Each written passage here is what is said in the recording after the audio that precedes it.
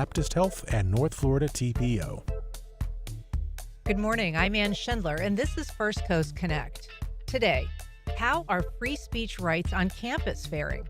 We talk to two local professors who say things aren't great. Later, music and mental health. We preview a day-long symposium that culminates in a performance by the First Coast Wind Symphony. But first, I recently had the opportunity to sit down with three people who say we are living through a sea change when it comes to rights and freedoms on college campuses. Lourdes Norman-McKay, a biology professor at Florida State College at Jacksonville and president of that school's faculty union. Bacardi Jackson, the executive director of the American Civil Liberties Union of Florida. And John White is a professor of English education and literacy at the University of North Florida, who recently took legal action against the school for purging DEI language from his course descriptions. Let's take a listen. Lourdes Norman-McKay, Bacardi Jackson, John White, thank you all so much for being here. I appreciate it. Thank you for having us. So, John, you recently filed a legal action, a grievance against the school administration because of changes that they made to your course description without your knowledge or permission. Tell us, first of all, what it was that was added or removed and what that is significant. I mean, why that's significant in terms of what's happening on campus right now. Sure. When faculty came back from summer, we're on contract for 9 months. We came back in August. We were informed at our first department meeting that the university had submitted our course descriptors and our course objectives, which describe what our courses are about and what the courses are supposed to teach, to the state, to the Florida Department of Education, and to the Board of Governors. In return, they received feedback on those, and the feedback was that we had to remove specific terms, and those terms were, at the time, diversity, equity, and inclusion, and they needed to be removed from our course descriptors and our course objectives, regardless of the context in which they were being used. Later, we were told that added to that list was the word culture. We were also told at that meeting and subsequently that we needed to remove those terms from relevant parts of our syllabi. Our collective bargaining agreement clearly states that our syllabi are faculty owned and are part of our academic freedom. For the university to unilaterally come along and force us to remove those terms from our syllabi is, I think, a gross abridgment of our academic freedom. I filed a suit, which is through the union. It's a grievance. It's different from a traditional lawsuit. Filed a grievance against the university for basically breaking the contract in terms of my academic freedom. I think it's important to note here, too, that the university was operating under the contention that they were told by the Florida Department of Education and the Board of Governors to eradicate these terms from our course materials via a new rule. This is a really important piece of the story. The new rule that they have created is nowhere codified. It's not written. When I asked my supervisors to provide the written documentation or the rule or the state law that says that we needed to remove these things, no one could provide it for me. And I've subsequently done a lot of searching, and no one from the university president to the dean of my college has been able to provide me with any written documentation that describes the prohibition on these terms. So we're acting to censor ourselves or be censored by the university based upon no legal precedent other than the fact that we were told to do so by staffers from the Department of Education and the Board of Governors. And it sounds like you think the fact that that's not in writing is not an accident, but there's some words that have been removed that are actually essential parts of core material that must be taught. Can you explain how that is running up against some of these word prohibitions? Sure, that's a great question. In teacher education, which is my area, we have to teach special education concepts. And a key tenet of special education is the notion of inclusion.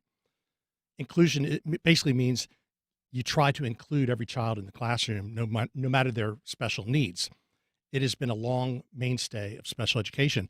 But according to this new rule, we can't talk about inclusion, even though state law specifically says that we must talk about inclusion in our classrooms. We also have to teach to what are called the Florida Educator Accomplished Practices. These are key concepts that all teachers need to know in order to be good teachers. Well, the Florida Educator Accomplished Practices actually use the term diverse.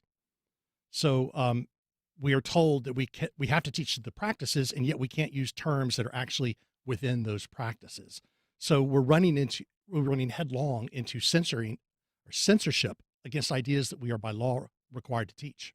So, Lourdes, obviously on campus, you're at the FSCJ, and we should say both, for you and for John, that you're speaking individually as individuals and as teachers, and not in any way as representatives of the schools that you work for.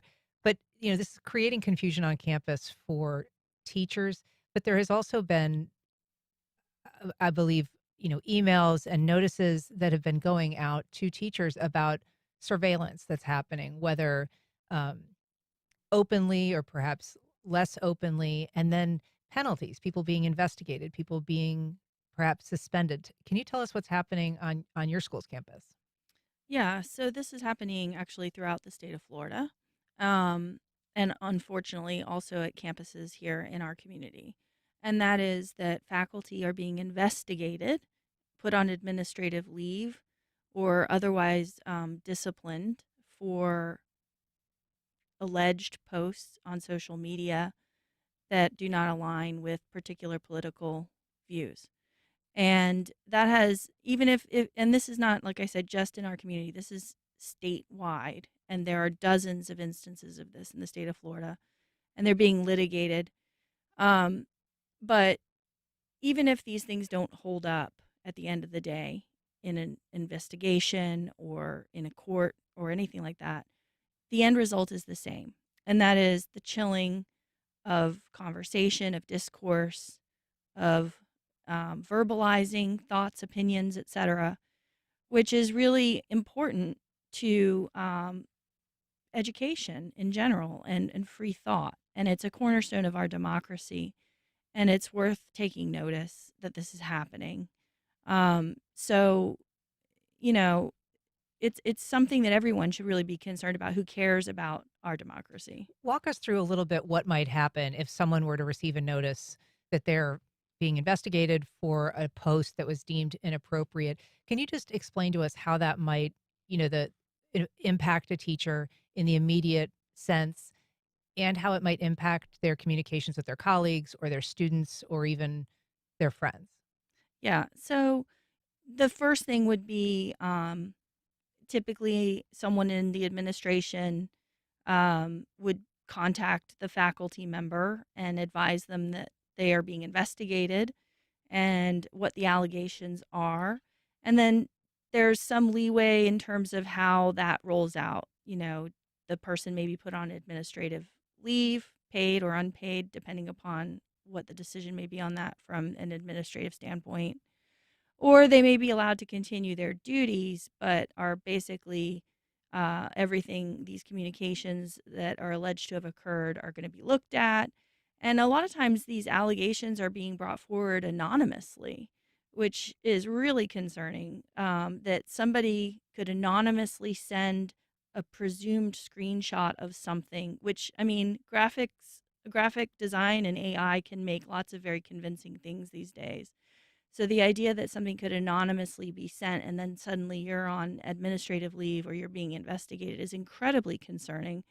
And so the effect on that is really people become really guarded in their conversations with their students, with their colleagues, with their supervisors, et cetera. And it really clamps down the spirit of academia, which is open discourse, and that we can agree to disagree even. And I think, too, it hurts the students because you know, we are role models for students, and we show them, they see how we may respond to something with concern or closing our conversations off, and they model that too. And even just, this idea that you can record a faculty member or a class without any kind of notice, that tends to chill conversation not only from the faculty standpoint, but the students as well, because the students are going to be recorded in that too. And I'm not sure everybody knows about that is happening. Can you explain, how that is a new development, how it is actually playing out in the classroom? Yeah, so that was a bill, the Stop Woke Act, that was passed not too long ago, years ago, but not too long ago. I think it was, 2 years ago at this point? 22, I think. 22. And basically, it allows, so in the state of Florida, you have to have consent to record conversations in most cases. From And both parties or all parties? correct. But this kind of changes that in that it allows recording of class sessions without any kind of notice to anyone who may be recorded in that action. And so that's what's happening, and it is being used against faculty in particular. And so, Bacardi, I'm curious what your membership is telling you about what's happening on college campuses, and if you could just sort of encapsulate, how significant of a change this is that you're hearing about. I mean, is this really measurably different than in previous years? Yeah, so let me just summarize a little bit of what we have been hearing and what we have been doing. So, as you mentioned, Stop Woke, which was in effect in 22, the litigation we brought, the Purnell case, actually, we won the preliminary injunction at the trial level. And so, Stop Woke is not in effect in Florida for higher education. It is still in effect for K through 12 education, but not for higher education. And we have we have an appeal pending in the 11th Circuit that was filed by the state, which has been pending for a year and 4 months or so, which is not normal. It's usually 3 to 6 months. So we expect there's a lot of back and forth as that decision is being bantered around.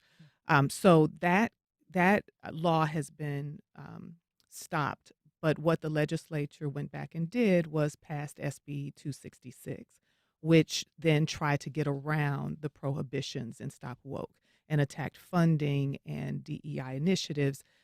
But because this all happened in quick succession, I think people have self-censored beyond what 266 actually requires, which is what you were talking about, Professor. So it is this broad understanding that you can't talk about or do anything related to diversity, equity, or inclusion. And in fact, it's more narrow than that. Unfortunately, we did not win the preliminary injunction that we filed in the case that we brought to challenge 266. The court dismissed some of the cases, but some of the claims, but denied the motion to dismiss all of them. So the case is still going forward on 266, and that's a case that we are working on with our law firm partner. And so in that case, we see a professor who was denied funding to do research or present research, and that's what's been at stake in 266. But of course, what we are seeing right now, and because of what recently happened with Charlie Kirk, I think has been another impetus to see a new wave of repression or a new justification for the repression that's already been happening.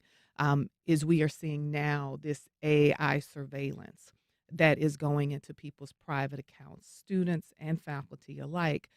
We are certainly hearing about the broadening of state interference in people's personal lives. This is really deeply disturbing.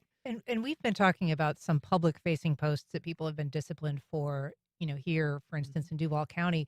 But you are referencing posts that have either been removed or were timed to be limited or were not put out to the public in the first place. And so who is surveilling that, and where are those surfacing?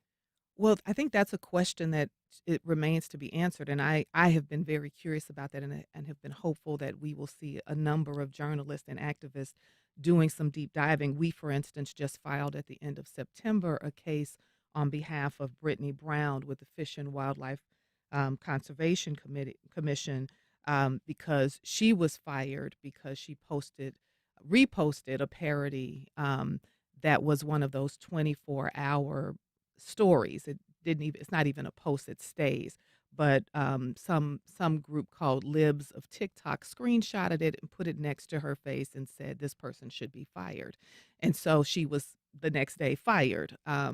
And so we are definitely seeing this surveillance that is happening, I think, from both private organizations or individuals who are pushing out, who are sort of acting as these kind of private enforcers, Hmm. if you will, of certain ideologies. And then you also, at least what we have heard, is that AI has been in use by the state for a number of reasons. One of the ways also that free speech has been suppressed on campus is through this so-called immigration enforcement and the use of ICE on campuses. And so we know there was also AI surveillance in that regard going through students who had some sort of status, immigration status, that they were being monitored. And that's how a lot of those students were having their statuses revoked. I just want to ask you, though, I mean, kind of back to my original question, how Yeah. different is this moment? Well, this is sadly not entirely different from our history, but it harkens all the way back to the McCarthy era and the Johns Commission in Florida. This is the stuff that we read about in history books that we may no longer be able to read about in history books if history continues to be edited. But this is the kind of repression that you do not expect to see in a modern democratic nation. So this is very different. This is beyond the pale of anything that I could have imagined. And I think what is ironic about that is it is on the heels, or this movement has built on this whole notion of freedom and this whole notion that we should be free to speak our minds. But at the same time, they are saying that they are working really, really hard to suppress ideas and thoughts and concepts that don't match with their ideologies. And so that is striking because one of the cornerstones of democracy is that the First Amendment protects all forms of expression, even if it's offensive, even if it's controversial, even if it's disruptive, Mm. and that the government should not be engaged in suppressing that speech. And we are seeing this blatantly happening in Florida, the suppression of expression. Lourdes. Yeah, so I'm thinking of the requirement that we submit syllabi well in advance through a platform at this point. I think this is all state schools now are having to do this. And we are told exactly what has to be in those syllabi in terms of content that they want screening for. And this is because they're screening it through AI ahead of the class being, taught in the given semester. And I think that that should be another flag in terms of freedom of speech. And they're looking for, AI is good, but it's still growing and learning. And so right now, I haven't seen what the results of these screens are other than looking for keywords primarily. I don't know that the average person understands that it would be unusual to have to upload your syllabus into some sort of statewide database or someplace where state officials could review. How unusual is that, John? It's not unusual. We've been doing that for years. I think people have this idea that we're doing things in secret. We've never been doing things in secret. Our materials are subject to the sunshine laws. They always have been. The difference now is the state is demanding we do so 4 months in advance of when the course starts. If you keep in mind, our courses at UNF start in August. We are not under contract from June, July, and early August. So they're telling us now our courses have to be ready to go the spring before the next term. And most of us tweak and update our syllabi based upon the needs of our students as things happen. But I think Lourdes has a great point here. The reason for that advanced 4 months advanced notice or 4 months advanced posting of our syllabi is so the state can monitor what we're putting in there via word searches, et cetera. It has a chilling effect. While we were talking, I was looking this up. Senate Bill 266, which the ACLU is bravely fighting, specifically says that our syllabi and other materials that we can't talk about systemic racism, sexism, oppression, and privilege, or that they are inherent in institutions of the United States or created to maintain social, political, economic injustices. I'd like to point out that this, by definition, would prohibit history professors from talking about the 13th, 14th, 15th, or 19th Amendments to the United States Constitution. It would forbid us from talking about the Dred Scott decision, the Plessy versus Ferguson decision, the Kawamatsu decision, Jim Crow laws, anti-miscegenation laws. It's such broadly written statute that it is silencing us from talking about a myriad of things that are central to American governance, the republic, and democracy itself. I'm seeing at UNF the prohibition on those terms that I mentioned, diversity, equity, inclusion, and culture, are now being taken out of a bevy of other course materials because the wording of the law is so vague. And there's so much fear of us being monitored by not necessarily just our administration, but outside special interest groups trying to play a game of catch us at something, even though my colleagues and I went into this profession to teach young people to think critically. And that's exactly what we're trying to do. And some of us are trying to do that despite what the state is telling us not to do. In other words, the state is trying to tell us to shut the hell up. I mean, one example of that limitation is, for instance, sociology classes not being allowed to use the word culture Yes. in teaching about other cultures, which is obviously an impediment. Yes. But one of the surveillance issues that we were briefly talking about ahead of the show is the idea that while generally communications that are sent through a government email, and that includes state colleges, those are public record, but that there is now a broader sense of what could be exposed or requested, and that would include private text messages between professors, private emails, even between professors, if they're referencing something that's happening related to school business. And that would seem to open up a whole new channel of concern and potential invasion into privacy. It does. It certainly does. I think faculty have an assumption of privacy with their text messages, and they need to know that really does not exist.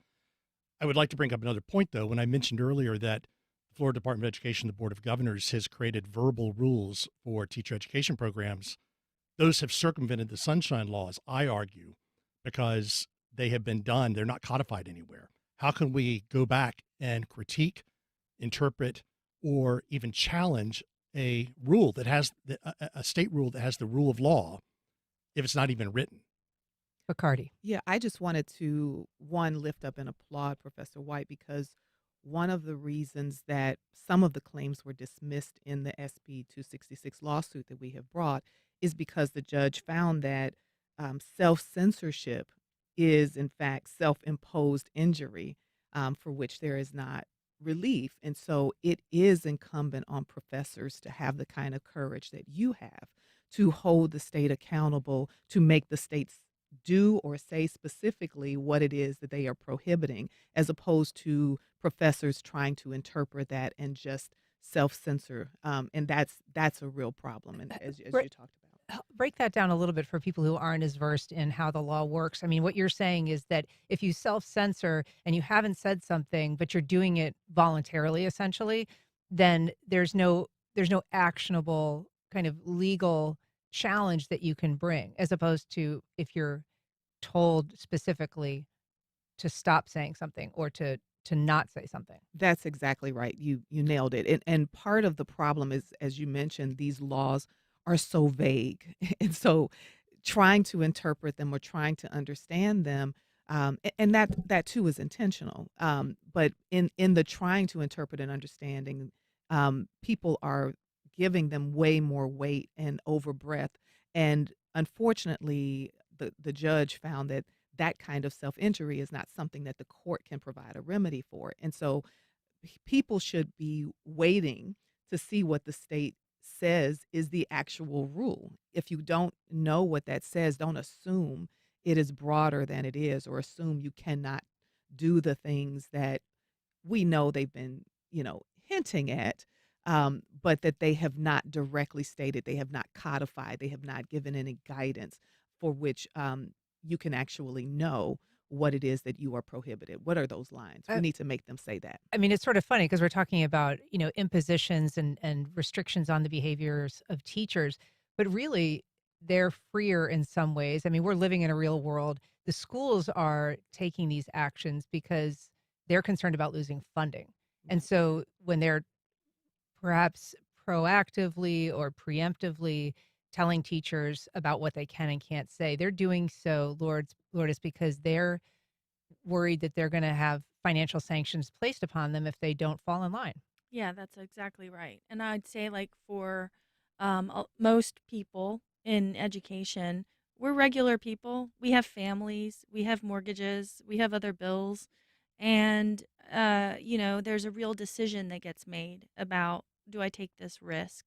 And I think, Bacardi, your comment about being brave is well placed. It is an act of bravery to speak out because there are real consequences. We're seeing these real consequences falling on our peers, on regular citizens. And I think that it's very important to stand and recognize that these are regular people. These aren't people with big platforms. These aren't people like Charlie Kirk, to be clear. Uh, and so it's very interesting to see how that affects what we do day to day. And it does, and our administrators also have bills to pay. They're human beings and people as well, making decisions. They don't want to lose funding for our institutions because that affects everybody as well, including our community. And so, again, the whole goal around this is to chill dissent. That's the takeaway, whether it stands in court or not, and it's being effective. And I would argue that our presidents of our universities are fearful not just of a loss of funding. The Board of Governors controls all of our performance funding, which is in the tens of millions of dollars per year per institution. They're also fearful of a new college situation or University of West Florida situation. And for listeners who don't know about that, those were, in essence, Board of Trustees and Board of Governors who are conservative and are appointed by the governor, a takeover of the presidency of those universities and the presidents who are normally academics being replaced with political appointees. We're fearful of that at UNF. Our presidents are fearful of that. If they go against the BOG or the Florida Department of Education, they can be ousted very quickly. I want to ask you, John, because an email recently went out, I believe, from your union president about, at the corporate level or at the governance level, everybody's worried about, phishing scams. And so a lot of workplaces will require you to go through phishing training. That's basically when you're clicking a link that's not what it says it is, and it's either malware or it's something that exposes the company or the school to bad actors. But the phishing kind of, I guess, experiments or tests that are going out to the teachers have been timely, I guess, or at least seem to be echoing some of the fears that teachers might have right now. Can you tell us what those have looked like? I'm only familiar with one that has been very problematic, and that was one that came through just a few weeks ago. And it basically said to faculty that there has been some disciplinary action, and you need to click on this link for details about this disciplinary action. And in the current climate in which faculty are already very, very fearful, that was either really poorly timed or it might have been coincidental, it might not, I don't know, but it was certainly ill-advised to send a phishing scam at that moment in time, suggesting that faculty are being watched and potentially under investigation. Bacardi, how different is this situation in Florida versus the rest of the country? I mean, we know that, the assassination of Charlie Kirk has impacted conversations in workplaces and schools around the country. And these are conversations that are being had, throughout the country. But is Florida an outlier? Is Florida just similar to what's happening elsewhere? It does seem like there's other states where colleges are more kind of pushing back. The leadership of colleges pushing back on some restrictions. And it seems perhaps that maybe isn't as strong an inclination at the schools in Florida, at the state colleges. Yeah, I think I'm hearing from my colleagues at affiliates across the country that there are certainly similar things. I always have to apologize being from Florida because our greatest export seems to be these really regressive policies that then take hold across the nation. As we say, Florida is coming for America. And so, you tend to see a lot of copycatting of legislation that comes out of Florida, other states implementing that are inclined to act like Florida. But certainly there are some frontline states that are trying to hold the line and hold on to the constitutional principles of the First Amendment and protect free speech, especially on our college campuses where you should have open dialogue and it should be a robust exchange of ideas. And so we definitely have seen private colleges in some instances push back, but we also see our president going for funding at those universities as well. And so even they aren't safe. Typically, you would have government respecting the boundaries of private corporations and institutions. But here, this repression is so great. This movement is so great to put a particular ideology into place and to ban. I mean, if your ideas are so great and your ideas are so right, why do you have to work so hard to suppress other ideas? Why do you have to work so hard to keep them even from private spaces if you are so correct? And so every American who believes in freedom and the First Amendment should be absolutely alarmed, no matter what side of the political spectrum you are on. I mean, I will say, and ask any of the three of you to answer, but I mean, this is a reaction people who are supportive of these policies would say to a culture of um, censorship on campus, that, conservative voices have been silenced, that there is a liberal bias in academia, that students who, didn't kind of believe in those principles were not feeling free to speak out on campus, and that this is a reaction to that, a corrective. I, I would take umbrage with that. I think those folks need to come and sit in my classes. We have great discussions. Um, I I hear from conservative students all the time, and I have pushback from students about various ideas, but that's what it's all about. I don't, by any means, want any student not to speak to me. Our classes should be places of open dialogue and discussion. That is what universities were meant to do. If my students are so fearful of, or any student is so fearful of a new idea, well, maybe they shouldn't be in college, because the reason to be in college is to be exposed to those ideas. But I know that there's a talk of liberal bias on campus. Um, I just don't see it in the actual teaching and day-to-day activities that are happening in our classrooms. I mean, this is a very conservative place we live in, and to suggest that somehow we are radically different and indoctrinating children and students into a liberal ideology is just patently absurd. Lourdes, your thoughts about that?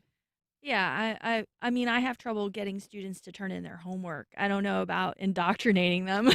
So, I think it's, it that said, I think that freedom of speech for everyone is important. And if there are people who feel like, "Oh, I wasn't, respected in my right to share my thoughts or my ideas," their concern is valid, and our concern is valid too. And all this to say that freedom of speech is freedom of speech for everyone, and that at this point in time, if we want to make things better, this isn't the way to do it. And so we really need to think about what the end goal is here, and stop this back and forth partisanship battling. It's not helping anyone. It's not going to make our place, of employment or study better. It doesn't make our community stronger. It doesn't help America, period. And if we really want to get to the heart of it, I mean, I think we can go to a couple of admissions by the President of the United States, which are admissions that, he's educated people aren't fond of him, and that, this is generally, we have seen a culture of attacking education, whether it's at the K through 12 level and the race to the bottom for public schools, taking away certification requirements in this state in some instances, and seeing schools defunded, or whether it is at the level of trying to defund and destabilize education at higher ed levels. It's happening all over. Well, it's an important conversation. Thank you all for coming in today. Lourdes Norman-McKay, Bacardi Jackson, John White. Appreciate you sharing your thoughts. Thanks for doing it. Thank Thank you you. for having this conversation. All right. And we'll be right back.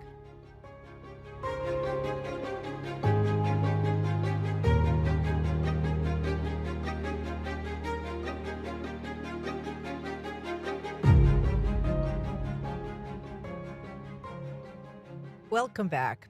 A collaboration among leaders in healthcare, advocacy, and the arts comes together at a day-long symposium exploring the connection between mental health and music.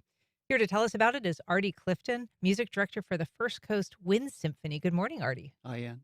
We're also joined by Carey Holt, who serves as the board chair. Good morning, Ann. Good morning. I appreciate you both being here. So, Artie, we talked about the symposium. Who is this event designed for? Designed for nurses, healthcare professionals, community care organizations, anyone interested in the arts and wellness. Yeah, those are people who practice in the field. What about people who live with it, people who have family members that are living with it? What about music fans, since that's a big Sure, part of the conversation? absolutely. Where you're interested in the connection between the arts, and specifically music in this case, and mental health, and how the arts can help promote and support mental health and wellness. And what do we know about that connection?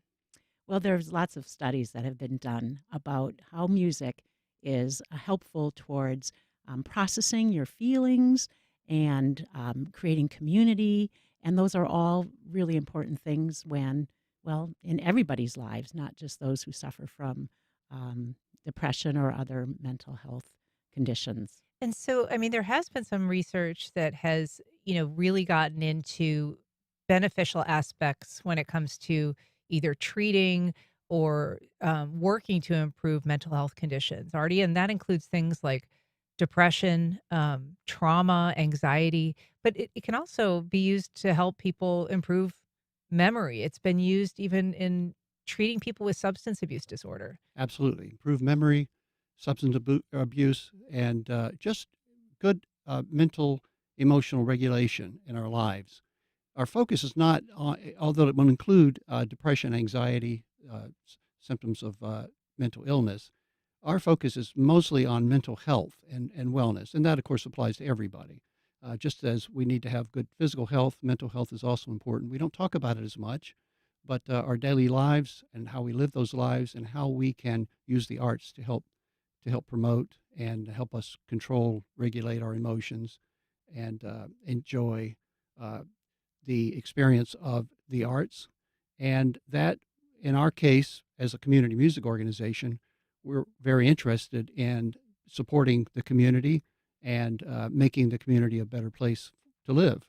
And this is one of the ways we can do that. This is a partnership with the JU School of Nursing. And Professor Deanna Seymour will be one of the speakers that will talk about her experience and her research with music and mental health. And so this is really a kind of a combination of things. It is the symposium, and there will be speakers and lunch and sort of, a more traditional format. And then, as you mentioned, there's this performance by the First Coast Wind Symphony. That's a organization that you started, Artie, back in Yes. 1990? 1990. It Yeah. started as a collaboration with Florida State Community College and Jacksonville University. And its purpose was to provide an opportunity for musicians in the area who maybe are making a living doing something else, but that have studied music and want to continue to perform, give them a chance to have an outlet for their music making, and also to provide good music opportunities for the community free of charge. And so all of our concerts are free of charge. Now, the symposium itself does have a registration fee if you are there for the whole day, which it begins at 10 o'clock, and the symposium ends with a performance by the First Coast Wind Symphony. That begins at 4 o'clock. So if you come to the entire event, there's a fee of $50 registration in advance, $60 at the door. It is free, however. The entire symposium is free for all faculty and students. But if you're not able to come for the full day, you can still come at 3 o'clock and hear our guest composer, Randall Standridge, talk about his music, and then he will be conducting the First Coast Wind Symphony in the 4 o'clock concert, which is the culminating event of the symposium. And that 3 and 4 o'clock session is free for everyone. And this performance is something called the Unbroken Project, which was created by Randall Standridge. And he, talks about in the work that he created, the fact that this was something that he uses as a way to connect people with music and with thoughts about, mental health challenges. Yes. What is it like to perform? Oh, pretty incredible. So he himself has mental health issues in his family. His mother, I think, suffered greatly from depression, as does he. And he wrote this piece, and it starts out joyful, and he's with his family, and it's joyful. And then as the piece goes on, it starts to get a little chaotic. And we feel as performers like we're inside his head and feel the loss of control and the chaos. It's a very emotional piece to play. And I think Artie has done a really great job of, he rehearses us for several rehearsals before Mr. Standridge comes on Friday night for the dress rehearsal. But it's a very emotional piece, but very hopeful as well. So to be able to perform with other musicians under Artie's baton so far has been just a really positive experience. And you're on the horn, is that right? I You're am. a French horn I'm a player. French horn player. And yes. so is that work that is that like an instrument that is prominent in this performance? Well, the horn has a couple of solos. Nice solos. Oh, Yeah, nice. a couple. Well and played. Well, thank you, Artie. I there are several instruments that have solos in it. The flute plays the mother in one scene where the mother is happy, the family is happy, and then the Clarinet. The clarinet has a beautiful, very long solo. I like to think that the horn is prominent in every, even in afterbeats in a Sousa march. But Artie, you clarinet is your instrument, is it not? That's right. Yeah, Yeah. I played with the Jacksonville Symphony on and off for many years, and I taught at Jacksonville University and performed in the community. And then I retired about 4 years ago from JU, and then I've continued my work with the First Coast Wind Symphony as the conductor. The symphony is about 60 members. 60 members. Yeah. That's right. And what is the importance, in terms of creating this organization, this institution, making it free? Well, I think that's important that for access for the community, that anyone can come and hear good music played without charge. That's important for us. And we play in different areas around town, and we invite people to come and hear the music. I think if you come and hear the group play, you'll come back. If it's getting people there for the first time so they can see what it's about and can hear the group. And we're very proud of our work.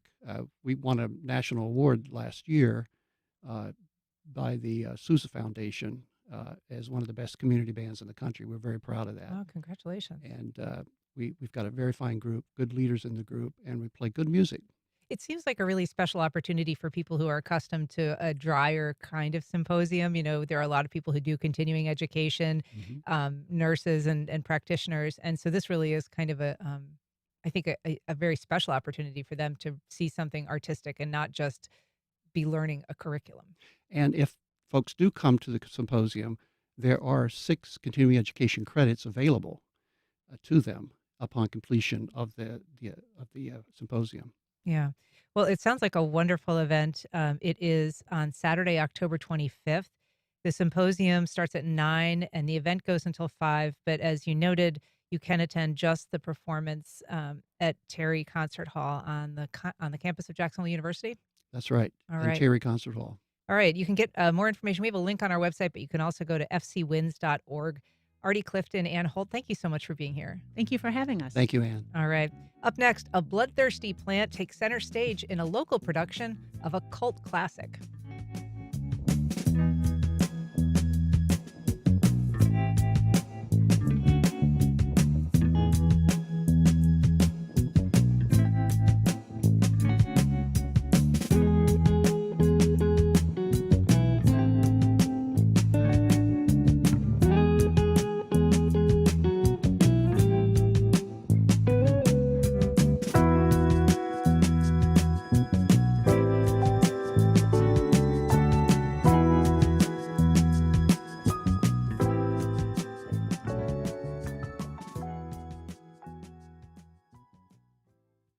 Terrell Hogan Law.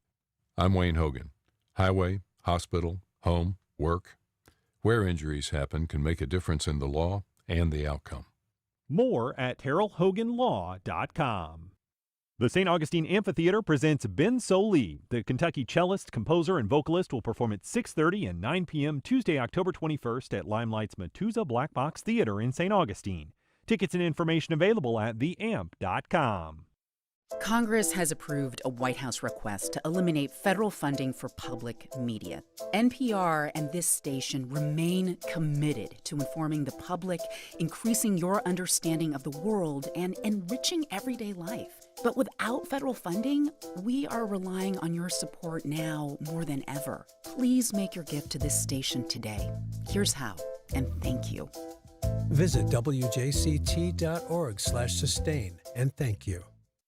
Political polarization pushes people apart, but writer Chloe Valdery says we can close those divisions by allowing for one simple thing, the possibility that we can still be enchanted by the people around us. When you remember this about your neighbor and you act accordingly, there will be less unnecessary suffering and less unnecessary pain in the world. That's on the next On Point. Today at 11, here on WJCT News 89.9.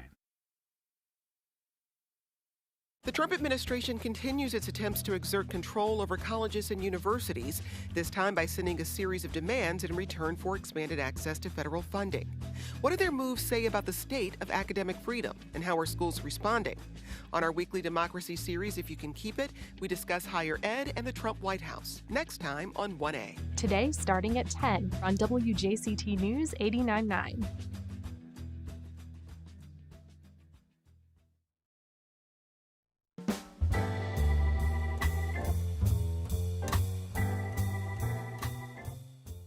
Welcome back. Well, whether it's off Broadway or on Fleming Island, Little Shop of Horrors has earned its 4-decade reputation as a reliably fun and October-appropriate show. Here to tell us about the current staging at Spotlight Theater through November 1st is Curtis Lemoyne, the show's creative director, and the male lead, Seymour Krelborn. Good morning, Curtis. Good morning. Thanks for having us, Ann. Thanks for being here. We're also joined by Megan Utek. Yeah. I said I was going to get it, and I kind of did. Megan Utek, who plays the musical's female lead, Audrey. Good morning, Megan. Good morning. Robert O'Hara, actor playing the flower shop owner, Mr. Mushnick. Good morning, Robert. Good morning. Thanks for having us here. And Luke Collins, who plays the sadistic dentist, Oren Scrivello. Good morning, Luke. Good morning. First of all, what a fun show. You guys must be delighted that you're doing it. Curtis, I'm going to start with you because you play Seymour, which, you know, this is well before Walter White and Breaking Bad, but there is a little bit of that happening. You've got this kind of mild-mannered schmo who becomes a killer. Tell us, what do you like most about playing Seymour? He has such a heart of gold, and he just wants to, he wants to impress Audrey. He wants to make good with Mr. Mushnick, who rescued him from Skid Row. But he is a little haphazard. And, he has this affinity for strange and interesting plants. And that kind of gets him in trouble as we go throughout the show. Yeah. But it's just so much fun. It is a play with a lot of heart. And Megan, Audrey really is kind of the heart of the show. She's this kind of, woebegone, but very kind of gentle character who's in a terrible relationship. We'll get to that. But, you carry a lot in the role because you have such a powerful presence. Beautiful solo. That's a key part of it. What's fun about playing Audrey? Oh, it's a dream role and always has been. She does really have a heart of gold and just wants to love and be loved. And Seymour is the perfect one for her to fall in love with. And after, her horrible relationship with Oren Scrivello DDS, the gentle, loving Seymour is exactly what she needs in her life. And it's just, like you said, Summer That's Green is one of the most beautiful, hopeful songs that I've gotten to sing. And I love every minute of it. I cry, which is ridiculous, but I do. I cry every time. Yeah. Yes, I love it very much. All right, Luke, let's talk about this. You play, All right, Luke. You play the sadistic dentist, the sadistic boyfriend, not a real nice guy, kind of got a nitrous habit. But this is like such a powerful role. It has also been played by some incredible people over the course of the production. How do you approach it? How do you make it fresh? How do you bring your own personality into it? Well, luckily, a lot of people have played it. A lot of people have played the character, so there's a lot to take from for inspiration. I will say I'm a Southern boy, so I kind of take that Steve Martin direction with it, with, that drawl. And but like, I didn't know I would ever play something like that because I usually play very family-friendly type characters. But when Curtis texted me about the role, I was like, oh, this is going to be fun. I'm going to enjoy this.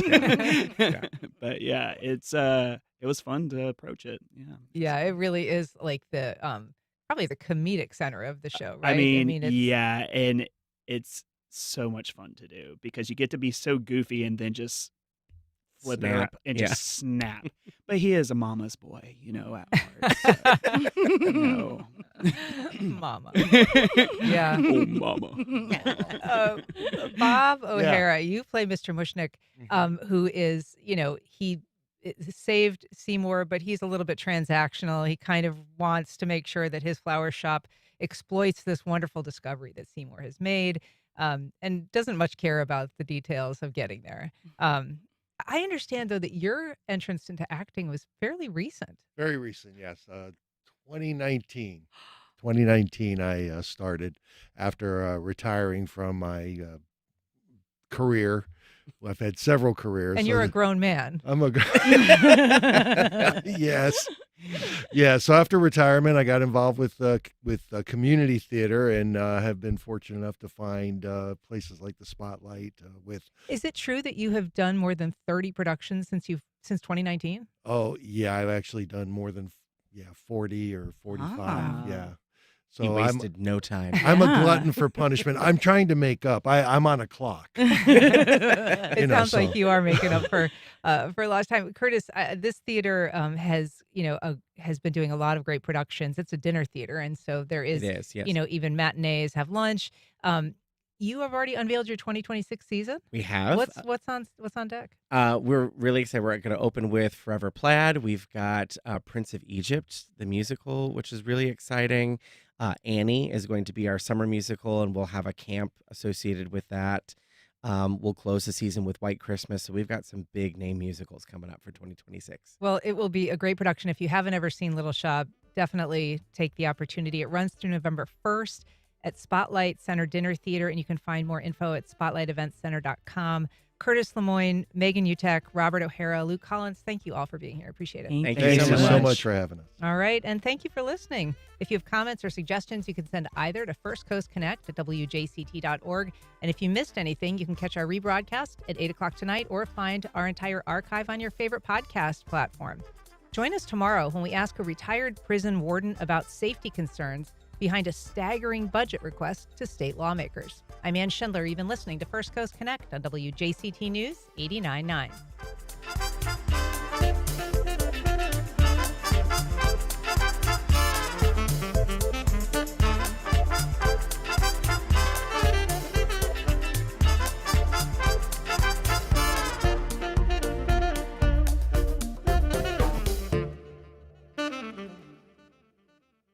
Support for First Coast Connect is provided by Baptist Health and the North Florida TPO.